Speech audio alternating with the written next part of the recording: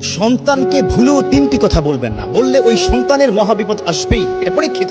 এক নম্বর কথা, সন্তানকে ভুলেও লানত দিবেন না। হয়তো রাগ করে বা সে কোনো বেয়াদবি কি করে ফেলেছে, অথবা আপনার সামনে মিসবিহেভ করে ফেলেছে, তারপরে যদি আপনি তাকে বলেন এই পোলাটারে জন্ম দিয়াই ভুল করছি, আছে না নাই, সমাজে আছে না এই কথা বলে, আহারে এই পোলাটা কেন যে হইলো, আমার কপাল পোড়া, এত মানুষ মরে এই পোলা কি মরে না কেন? একটা কথা বলে ফেলেছেন, আল্লাহ পর্যন্ত কিন্তু পৌঁছে যাবে, সারা জীবন কান্না করবেন, কাজ হবে না।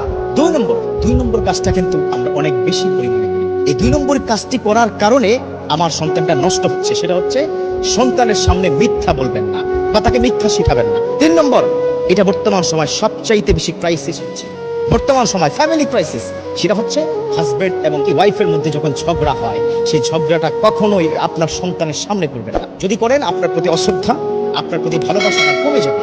আল্লাহ আমাদের প্রত্যেককে বুঝার এবং মানার তৌফিক দান করুন।